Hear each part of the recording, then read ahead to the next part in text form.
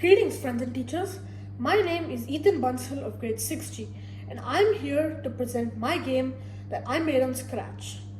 This game is about a mouse trying to collect candy while avoiding a ghost. This game was made entirely on Scratch, a block-based platform, and I will be presenting it to you through a PowerPoint presentation. Without further ado, let's get right into it. So this is my PowerPoint for the Halloween Unbound Hackathon 2023. So let's start with an introduction. My name is Ettan Bansal. I study in GEMS Modern Academy and I am in 6th grade. I'm from India, Punjab, and I'm currently staying in the United Arab Emirates. My hobbies include programming, reading, and gaming. So what is my project about?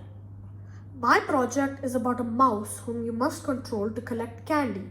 You have 3 health and will lose 1 health point each time you touch a ghost. There are health points around the map in forms of heart candy. Collect them to get your health back, and if you have maximum health, collect them to gain some extra score. So what is the aim of the game? The aim of this game is to survive for as long as you can while collecting candy. There are ghosts in the game constantly chasing you, and they will increase in number the longer you survive. So what's in the game? There's a mouse whom you must control. There's a candy sprite which you must collect. There's ghosts which you must avoid. There's even a jump scare every 10 to 15 seconds. There's an instructions page that you can skip by pressing the space bar, and it will change to a random backdrop each time you touch the edge. There are sound effects for practically everything in the game, and there is a game over sprite which will appear when you lose. So what platform did I use?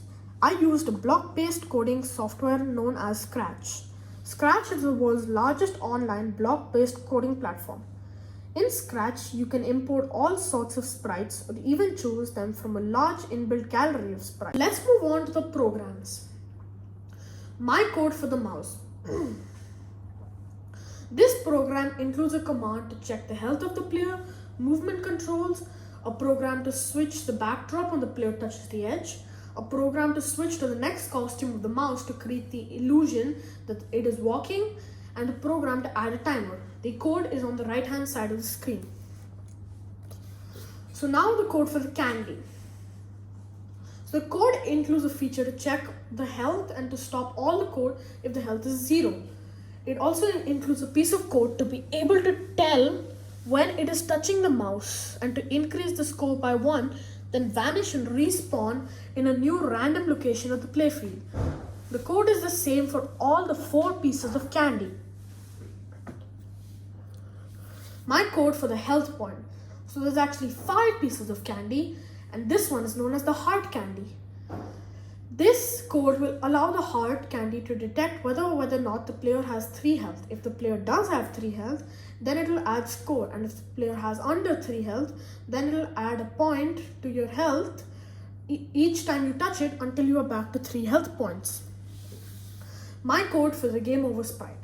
This code is fairly simple, as when the health equals to 0, it will show the sprite, and when the green flag is clicked, or in other words, when the program is run, it will hide. The reason I used a sprite and not a backdrop is because I couldn't allow it to randomly accidentally switch to the game over backdrop when the player touched the edge. My code for the instructions page sprite. Yet again, the code is fairly simple, as it will show you when the program was started, and it will hide after 10 seconds or hide if the player skips the instructions by pressing the space bar. I used a sprite and not a backdrop for the same reason. I couldn't afford it to accidentally switch to this backdrop while the player touches the edge, because that would create a lot of confusion. Lastly, my code for the jump scare. This is my favorite part of the game. The jump scare code makes it so that when the game ends, it'll hide, and when the program runs, it'll also hide. It'll only show every 10 to 15 seconds at random. It'll start off with the doorbell, then faint footsteps getting louder and louder, and eventually the image will appear and jump scare you while playing a soundtrack of a person screaming. Thank you! Now we will move on to some gameplay of the game. This is some gameplay of the game. Let's begin. So there's the instruction page, and we can click the spacebar to skip it. We have sound effects, and we have a mouse roaming around with health. 3 health specifically when you begin the game. As you can see, there's a ghost chasing us, and I just lost a health point. Now we can get that heart and gain that health point back. If I have max health, then as you can see, it'll give me score. Oh god, here comes the jump scare. Still gets me every time.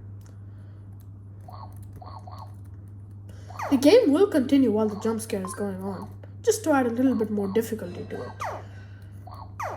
We also have a game over page, and as you could see back there, a second ghost after a certain amount of time. Specifically, a random time between 15 to 30 seconds, a second ghost will show. Just add a little bit of spice to the game. The same will repeat for the third and the fourth ghost. Every time you touch the edge, it'll also switch the backdrop. You have 3, a castle, a witch hut, and a graveyard. Thank you for your time. Enjoy the game. I hope you like it.